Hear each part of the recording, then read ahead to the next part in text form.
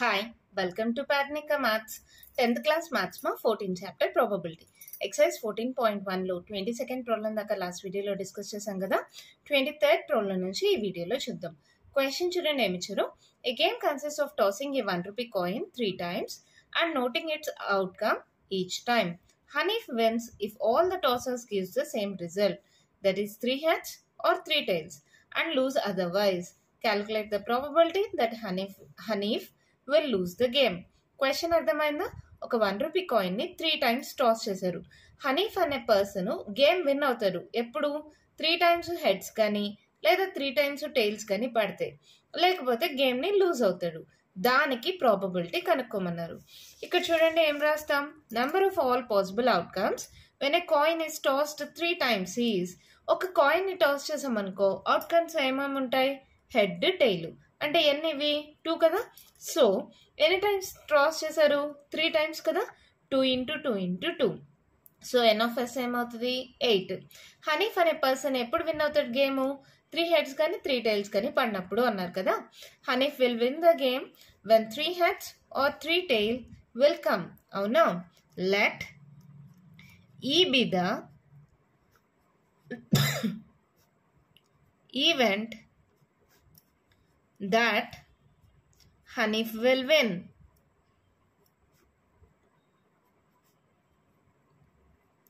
అప్పుడు N of ఈ ఏమవుతుంది మా? చెప్పండి. ఏం చెప్పాము? హెడ్ హెడ్ హెడ్ పడాలి, లేదంటే టెయిల్ టెయిల్ టెయిల్ పడాలి. ఇవి ఎన్ని? 2 కదా. సో ఎన్ ఆఫ్ ఈ ఏమవుతుంది? 2. 3 హెడ్స్ పడాలి లేదా 3 టైల్స్ పడాలి, అప్పుడు మాత్రమే హనీఫ్ విన్ అవుతారు. Therefore, probability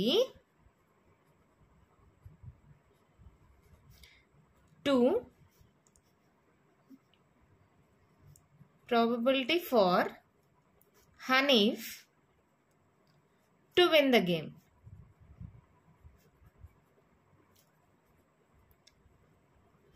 ఏంటి? P of E equals to ఏంటి formula? N of E by N of S. So N of E ఎంత? 2. N of S ఎంత? 8.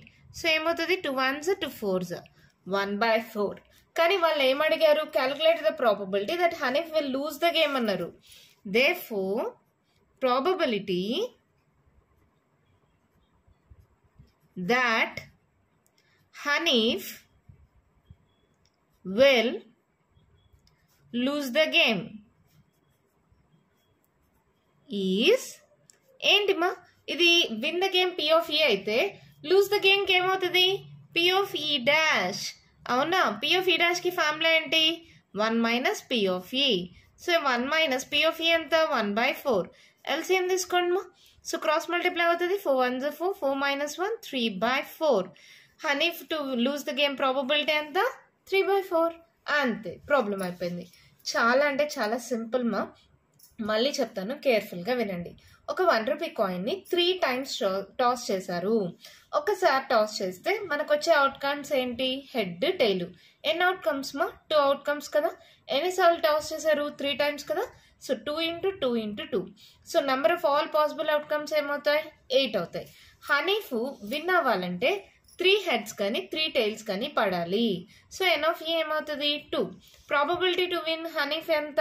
అప్పుడు N of E by N of S అంటే 2/8 దట్ ఈక్వల్స్ టు 1/4. ఇక్కడ Haneef will lose the game అన్నారు, దానికి probability కనుక్కోమన్నారు. So ఇది P of E అయితే ఇదేమవుతుంది? P of E డాష్ కదా. 1 minus P of E మీకు ఫార్ములా తెలుసు. P of E value 1/4 substitute చేస్తే probability that Haneef will lose the game ఎంత? 3/4. అర్థమైందా? మన నెక్స్ట్ ప్రాబ్లం చూద్దామా. 4th one క్వశ్చన్ చూడండి మా ఏమిచ్చారు. A die is throne twice. ఒక డైని 2 సార్లు త్రో చేయడమైనా లేదా 2 డైస్ని ఒకేసారి త్రో చేయడానికైనా ప్రాబబిలిటీ మనం సేమ్గా క్యాలిక్యులేట్ చేస్తామా, అది గుర్తుపెట్టుకోండి. Next, what is the probability that 5 will not come up either time 5 will come up at least once. 5 అనేది ఒక్కసారి కూడా రాకూడదు. 5 అనేది ఒక్కసారైనా రావడానికి ప్రాబబిలిటీస్ సపరేట్గా అడిగారు. నెంబర్ ఆఫ్ పాసిబుల్ అవుట్కమ్స్ ఏంటి? 2 డైస్ త్రో చేసినప్పుడు మనం ఆల్రెడీ చూసాం కదా. ఒక డై మీద నెంబర్ 1 నుంచి 6 దాకా ఉంటుంది, ఇంకో డై మీద నెంబర్ 1 to 6 ఉంటుంది. సో ప్రాబబిలిటీస్ ఏంటి? టోటల్ నెంబర్ ఆఫ్ ప్రాబబిలిటీస్ అన్ని మా ఇవి 6 6 36. So N of S equals to 36. తర్వాత 5 will come up at least once. దీనికి చూద్దాం. సెకండ్ది, let E be the event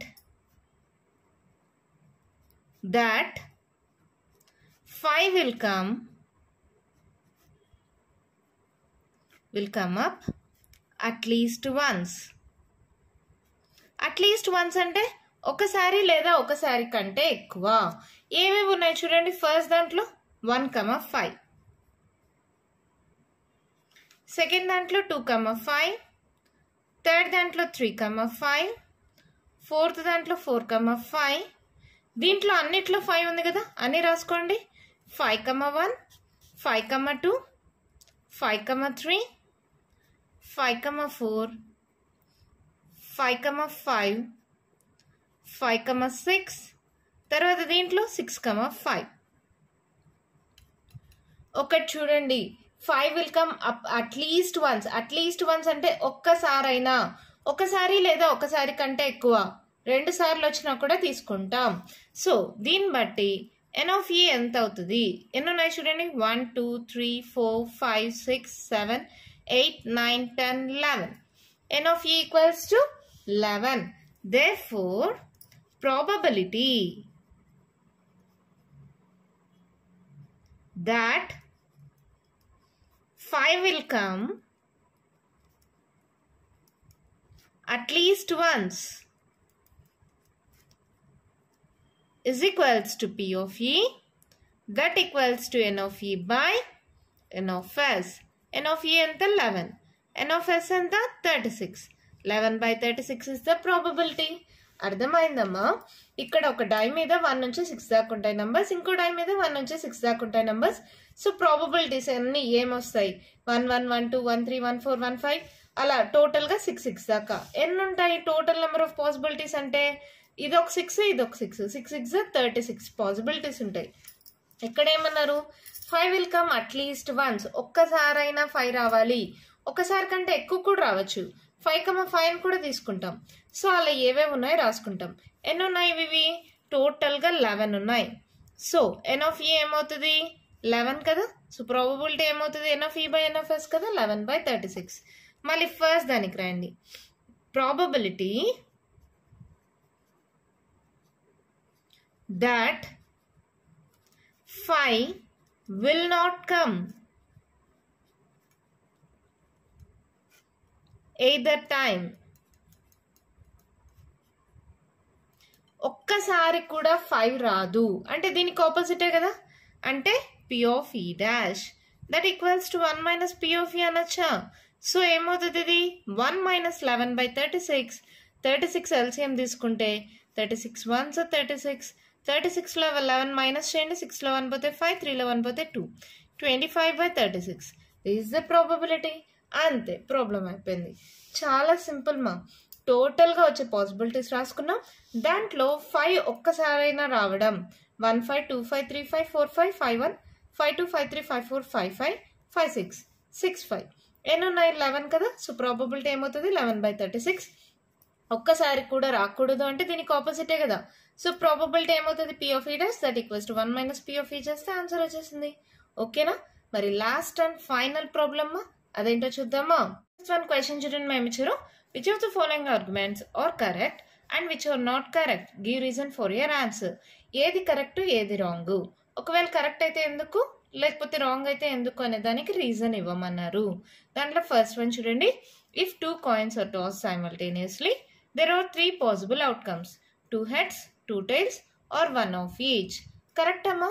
ఒక 2 కాయిన్స్ టాస్ చేసినప్పుడు మనకి ఏమేమి అవుట్పుట్స్ ఉంటాయి? Head head, head tail, tail head, tail tail. 4 outcomes ఉన్నాయి. ఇక్కడ 3 అన్నారు. సో ఇది తప్పు. నెక్స్ట్ ఏమన్నారు? therefore for each of these outcomes the probability is 1 by 3. అవునా కదా? చూద్దామా ప్రాబబిలిటీ కూడా. So solution. First one, when 2 coins are tossed,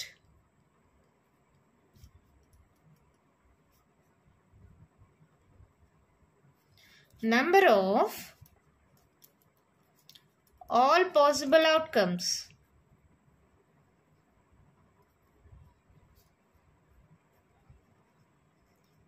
ఏంటేంటివి మావి?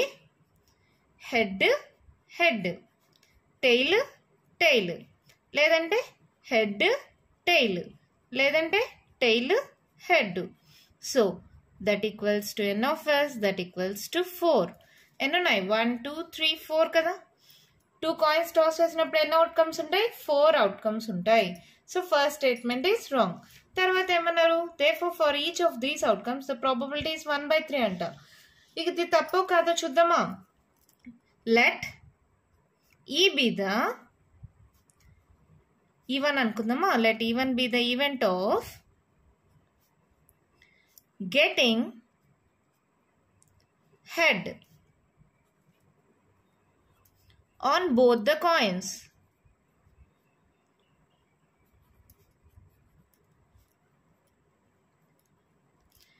n of e1 ఏమవుతుందమ్మా?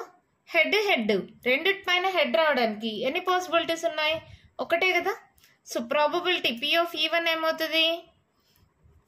n of e1 by n of s, that equals to 1/4. అంటే first statement కూడా తప్పే. మళ్ళీ next చూడండి. Let E2 be the event of getting 2 tails. అప్పుడు n of E2 ఏమవుతుంది? 2 tails ఏమో ఎక్కడ ఉంటుంది చూడండి, ఇక్కడ కదా. సో ఒకటే కదా n of E2 కూడా. So probability p of E2 కూడా ఏమవుతుంది? n of E2 by n of s. దీనికి కూడా ప్రాబబిలిటీ 1/4. మళ్ళీ అలాగే let E3 be the event of getting 1 head and 1 tail. ఒక హెడ్ ఒక టెయిల్ అంట. అప్పుడు n of E3 ఏమవుతుంది? ఇక్కడ చూడండి, రెండు వస్తాయి కదా. హెడ్ టెయిల్ వస్తుంది, టెయిల్ హెడ్ వస్తుంది. So n of E3 ఏంటిమా? 2 కదా. So probability p of E3 ఏమవుతుంది?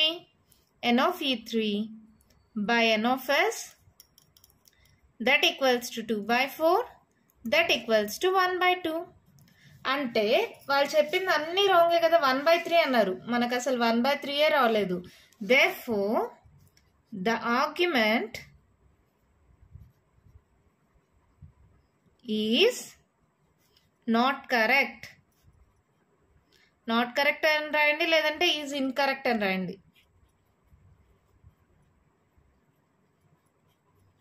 ఓకేనమ్మా, అర్థమైందా? ఇప్పుడు 2 కాయిన్స్ని టాస్ చేయడం అన్నా, ఒక కాయిన్ని 2 టైమ్స్ టాస్ చేయడం అయినా ఒకటేమా. వెన్ 2 కాయిన్స్ ఆర్ టాస్డ్ అన్నారు అంటే ఇప్పుడు ఫస్ట్ దాని మీద హెడ్ టెయిల్ ఉంటుంది, సెకండ్ మీద హెడ్ టెయిల్ ఉంటుంది. సో అవుట్కమ్స్ ఏమవుతాయి? Head head, head tail, tail head, tail tail. So number of outcomes ఏంటి? 4 కదా. n of s equals to 4. Head రావడానికి ప్రాబబిలిటీ, 2 హెడ్స్ రావడానికి, head on both the coins, 2 heads రావడానికి probability 1/4 వచ్చింది. 2 tales రావడానికి probability 1/4 వచ్చింది. ఒక హెడ్ ఒక టెయిల్ రావడానికి ప్రాబబిలిటీ 2/4, దట్ ఈక్వల్స్ టు 1/2 వచ్చింది. అంటే వాళ్ళు ఇచ్చింది అన్ని తప్పే కదా. therefore the arguments are incorrect. ఓకేనా? if 2 coins are tossed, there are 3 possible outcomes. అది తప్పే. for each of these outcomes the probability is 1/3. తప్పు కదా. 1/4, 1/4, 1/2 వచ్చింది. ఈ మొత్తం తప్పే వాళ్ళు ఇచ్చింది. మరి సెకండ్ వన్ చూద్దాం. ఏమన్నారు? If a die is thrown there are 2 possible outcomes, an odd number or an even number. therefore the probability of getting an odd number is 1/2. అవునా కదా చూద్దామా? when a die is thrown,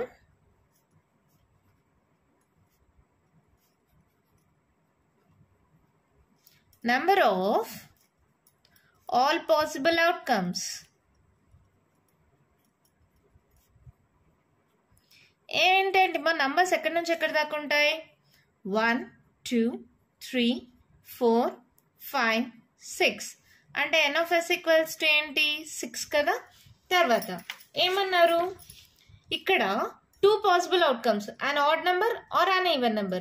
probability of getting an odd number 1/2, even number 1/2 కాదో చూద్దాం. ఇక్కడ ఏం రాద్దాం? Let E be the event of getting an odd number. లేదా even అనుకోండి. Even be the event of getting an odd number. n of even equals to ఏమవుతుంది చూడండి. Odd numbers ఏంటేంటివి? 1, 3, 5. ఎన్నిమా ఇవి? 3 కదా. So probability, therefore probability of getting an odd number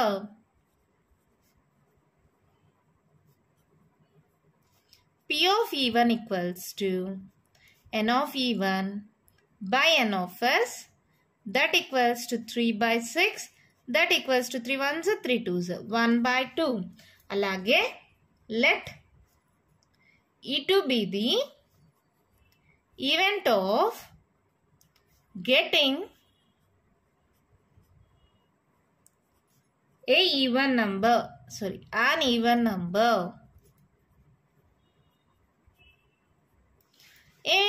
ఏంటి మా even numbers? 2, 4, 6 కదా. అప్పుడు n of E2 ఏమవుతుంది?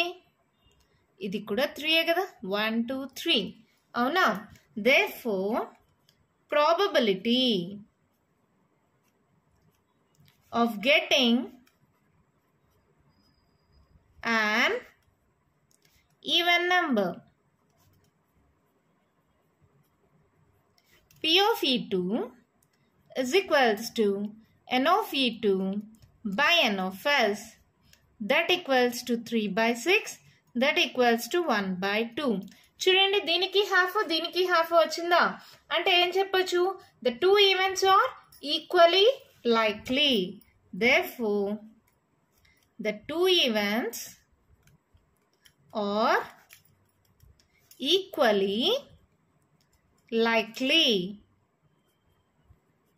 క్వశ్చన్ లో చూడండి మా ఏమిచ్చారు?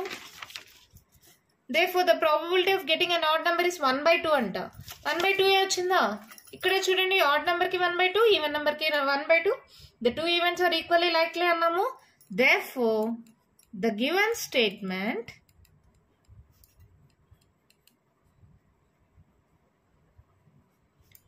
లేదా గివెన్ ఆర్గ్యుమెంట్ అన్నానండి, ఏదైనా okay. The given statement or given argument is correct. అంతే, మన ప్రాబ్లం కంప్లీట్ అయిపోయింది. చాలా సింపుల్ మా. ఒక డై మీద నంబర్స్ ఏముంటాయి? 1 నుంచి 6 దాకా ఉంటాయి. సో n of s ఏంది? 6. దీంట్లో ఆడ్ నెంబర్స్ ఏమేమి? 1, 3, 5. సో ప్రాబబిలిటీ ఏమవుతుంది? 3 by 6, 1 by 2. ఈవెన్ నెంబర్స్ ఏంటేంటివి? 2, 4, 6. దీనికి కూడా probability 3 by 6, that equals to 1 by 2. రెండు చూడండి, 1 by 2, 1 by 2 అంటే ఈక్వల్గా లైక్లీ కదా. ఈక్వల్లీ లైక్లీ అవుట్కమ్స్ వాళ్ళు క్వశ్చన్లో అదే అడిగారు. If a die is thrown there are 2 possible outcomes, an odd number or an even number. ఒకటి ఆడ్ అవ్వాలి లేదా ఈవెన్ అవ్వాలి. చూడండి, 1, 3, 5 ఆడ్, 2, 4, 6 ఈవెన్. ఒకటి ఆడ్ అవ్వాలి లేదా ఈవెన్ అవ్వాలి. కరెక్టే. therefore the probability of getting an odd number is 1 by 2. Odd number కి ప్రాబబిలిటీ 1 by 2. అన్నీ కరెక్టే కదా. therefore the given statement is correct. అంతే, మన ప్రాబ్లం కంప్లీట్ అయిపోయింది. ఇదే కాదు, ప్రాబబిలిటీ చాప్టర్ మొత్తం కంప్లీట్ అయిపోయింది మా. మీకు ఇంకా ఏమైనా డౌట్స్ ఉంటే కామెంట్ బాక్స్లో అడగండి. నెక్స్ట్ వీడియోలో కొత్త చాప్టర్ స్టార్ట్ చేద్దాం. ఈ వీడియో కానీ మీకు నచ్చినట్టయితే లైక్ చేయండి, షేర్ చేయండి, నా ఛానల్ని సబ్స్క్రైబ్ చేసుకోండి. Thank you.